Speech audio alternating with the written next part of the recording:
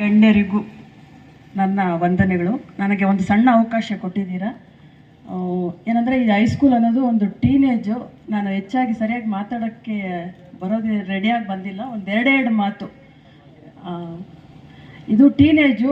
ನಮ್ಮ ಸಹಿತ ಅಂದರೆ ಟೀಚರ್ಸು ಮಕ್ಕಳಲ್ಲಿ ಒಂದು ಸ್ವಲ್ಪ ಅವರ ಅಂತರಾಳಕ್ಕೆ, ಯಾಕಂದರೆ ಈ ಟೀನೇಜಲ್ಲಿ ಅವರ ಮನಸ್ಥಿತಿ ಅನ್ನೋದು ಒಂದು ಸ್ವಲ್ಪ ಬದಲಾವಣೆಗಳು ಹೆಚ್ಚಾಗಿರ್ತದೆ. ಆದ್ದರಿಂದ ಅವ್ರನ್ನ ತಮ್ಮ ಅಂತರಾಳಕ್ಕೆ ಒಂದು ಸ್ವಲ್ಪ ಅವ್ರ ಜೊತೆ ಸ್ವಲ್ಪ ಸಮಯ ಜಾಸ್ತಿ ಸ್ಪೆಂಡ್ ಮಾಡಿ, ಯಾಕೆ ಏನು ನೀವು ಓದಿನ ಕಡೆ ಹೆಚ್ಚಿದಾಗ ಗಮನ ಕೊಡಿ. ಯಾವುದೇ ರೀತಿ ಆಕರ್ಷಣೆಗೆ ಒಳಗಾಗದೆ ಒಂದು ಸ್ವಲ್ಪ ಓದಿನ ಕಡೆ ನಿಮ್ಮ ಗುರಿ ಏನು ಇಲ್ಲ, ನಿಮ್ಮ ಕಷ್ಟ ಸುಖ ಏನೋ ಒಂದು ಸ್ವಲ್ಪ ತಿಳ್ಕೊಂಡು ಅವ್ರಿಗೆ ಸ್ಪಂದಿಸಿ, ನಿಮ್ಮ ಮಟ್ಟಿಗೆ ಏನಾದರೂ ಸಮಸ್ಯೆಗಳು ಬಗೆಹರಿದಿದ್ದಲ್ಲಿ, ಯಾವುದೇ ಪೊಲೀಸ್ ರೀತಿಯಲ್ಲಿ ಏನಾದರೂ ನಮ್ಮಿಂದ ಏನಾದರೂ ಸಮಸ್ಯೆಗಳು ಬಗೆಹರಿಸ್ಕೊಳ್ಳೋತಿದ್ರೆ ದಯವಿಟ್ಟು ಸ್ಟೇಷನ್ಗೆ ಗಮನಕ್ಕೆ ತರಬೇಕು ಸರ್. ನಮ್ಮ ಸಬ್ ಇನ್ಸ್ಪೆಕ್ಟರ್ ಆಗ್ಬೋದು, ಅಸಿಸ್ಟೆಂಟ್ ಸಬ್ ಇನ್ಸ್ಪೆಕ್ಟರ್ ಸರ್ ಆಗ್ಬೋದು, ನಿಮ್ಮ ದೂರುಗಳೇನಾದರೂ ಇದ್ದರೆ ಆದಷ್ಟು ನಾವು ಪರಿಹಾರ ಮಾಡೋದಕ್ಕೇ ಇದು ಮಾಡ್ತೀವಿ. ಮತ್ತು ಹೆಣ್ಣು ಮಕ್ಕಳು ಗಂಡು ಮಕ್ಕಳು ಆಗ್ಬೋದು, ಈ ಟೀನೇಜ್ ವಯಸ್ಸಲ್ಲಿ ತಮ್ಮ ಪೋಷಕರ ಬಳಿ ಕೂಡ ಅಷ್ಟೇ ಯಾವುದೇ ರೀತಿ ತಮಗೆ ತೊಂದರೆಗಳಿರ್ಬೋದು, ಯಾವುದೇ ರೀತಿ ದಾರಿಯಲ್ಲಿ ಚುಡಾಯಿಸ್ಬೋದು, ಅಥವಾ ಬೇರೆಯವರು ಯಾವುದೇ ರೀತಿ ನಿಮಗೆ ಈ ಥರ ಮಾಡ್ತೀವಿ ಆ ಥರ ಮಾಡಿದ್ರೆ ಬೆದರಿಕೆ ಏನನ್ನ ಇದ್ದರೆ ನೀವು ಮುಕ್ತವಾಗಿ ನಮ್ಮ ಹತ್ರ ಹೇಳ್ಕೊಂಡು ಸಮಸ್ಯೆ ಬಗೆಹರಿಸ್ಕೊಬೋದು.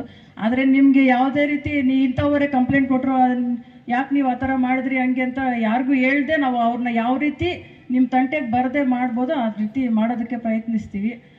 ಮತ್ತು ಏನಂದರೆ ಇಂದಿನ ಜಾಲತಾಣಗಳಲ್ಲಿ ಮಕ್ಕಳು ಅವ್ರು ಆ ಥರ ಮಾಡಿದ್ರು ನಾವು ಅದೇ ಥರ ಮಾಡೋಣ ಅನ್ನೋ ಆಕರ್ಷಣೆಗಳಿಗೆ ತುಂಬ ಒಳಗಾಗ್ತಿದ್ದಾರೆ. ಅದು ನಿಮ್ಗೆ ಅವಶ್ಯಕತೆ ಇಲ್ಲ. ನಿಮ್ಗೆ ಅವಶ್ಯಕತೆ ಇರೋದು ನಿಮ್ಮ ಮುಂದಿನ ಜೀವನ ಯಾವ ರೀತಿ ಉಜ್ವಲವಾಗಬೇಕೋ ಅದಕ್ಕೆ ಬೇಕಾಗಿರುವಂತೆ ನೀವು ಅವಶ್ಯಕವಾದ ಮಾಹಿತಿಗಳು ಮಾತ್ರ ನೀವು ಉಪಯೋಗಿಸ್ಕೊಬೇಕು. ಪ್ರತಿಯೊಂದು ವಿಚಾರದಲ್ಲೂ ಧನಾತ್ಮಕ ಋಣಾತ್ಮಕ ಅನ್ನೋದು ಇದ್ದೇ ಇರುತ್ತೆ. ಬಟ್ ನಾವು ಅದನ್ನು ಧನಾತ್ಮಕ ರೀತಿಯಲ್ಲಿ ನಮ್ಗೆ ಅವಶ್ಯಕವಾದ ವಿಚಾರಗಳನ್ನ ತಗೊಬೇಕು. ಮೊಬೈಲ್ ಅನ್ನೋದೇ ಒಂದು ದೊಡ್ಡ ನಿಮಗೆ ಅದ್ಭುತ ಆಗಿಬಿಟ್ಟಿದೆ. ಅದನ್ನು ಅಷ್ಟು ನಾವು ಅಡಿಕ್ಟ್ ಆಗ್ದಿರೋ ಒಂದು ಸ್ವಲ್ಪ ಮಟ್ಟಿಗೆ ನಮಗೆ ವಿದ್ಯಾಭ್ಯಾಸಕ್ಕೆ ಏನು ಬೇಕೋ, ನಾವು ಸಮಾಜದಲ್ಲಿ ಯಾವ ರೀತಿ ಬದುಕಬೇಕು ಅದನ್ನು ಮಾತ್ರ ತಿಳ್ಕೊಳೋದಕ್ಕೆ ಉಪಯೋಗಿಸ್ಬೇಕು. ಮತ್ತು ಪೋಷಕರಲ್ಲಿ ವಿನಂತಿ ಏನಂತಂದರೆ, ಮಕ್ಕಳು ಏನು ಹೋಗ್ತಾ ಇದ್ದಾರೆ ಬರ್ತಾ ಇದ್ದಾರೆ ಸ್ಕೂಲ್ಗೆ ಅಷ್ಟೇ ಅಲ್ಲ, ಮಕ್ಕಳು ಎಷ್ಟೊತ್ತಿಗೆ ಹೋಗ್ತಾ ಇದ್ದಾರೆ ಏನು ಮಾಡ್ತಿದ್ದಾರೆ ಒಂದು ಸ್ವಲ್ಪ ಗಮನ ಹರಿಸ್ಬೇಕು.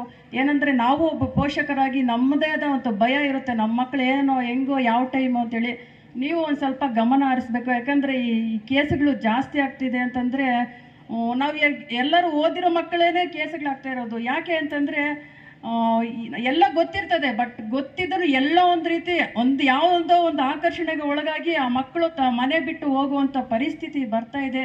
ಮಕ್ಕಳು ಈಗ ಏನಂತಂದರೆ ಅವ್ರಿಗೆ ಆಕರ್ಷಣೆ ಒಂದು ಇದಾಗ್ಬಿಟ್ಟಿದೆ.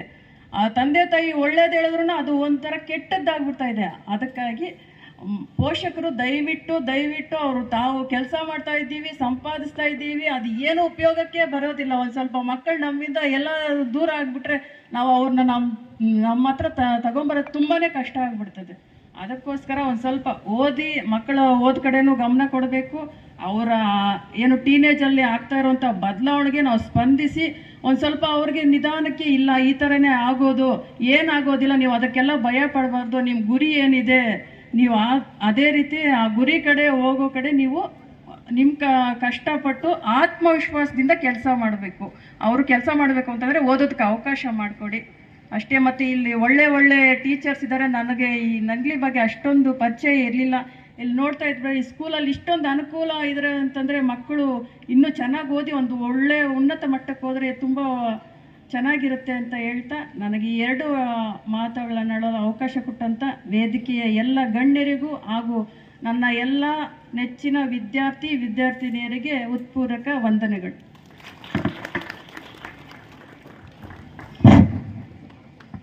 ಸಮಾಜದಲ್ಲಿ ಶಿಕ್ಷಕರು ಮತ್ತು ರಕ್ಷಕರು ಮಾತ್ರನೇ ಇಲ್ಲ, ಭಕ್ಷಕರು ಕೂಡ ಇದ್ದಾರೆ.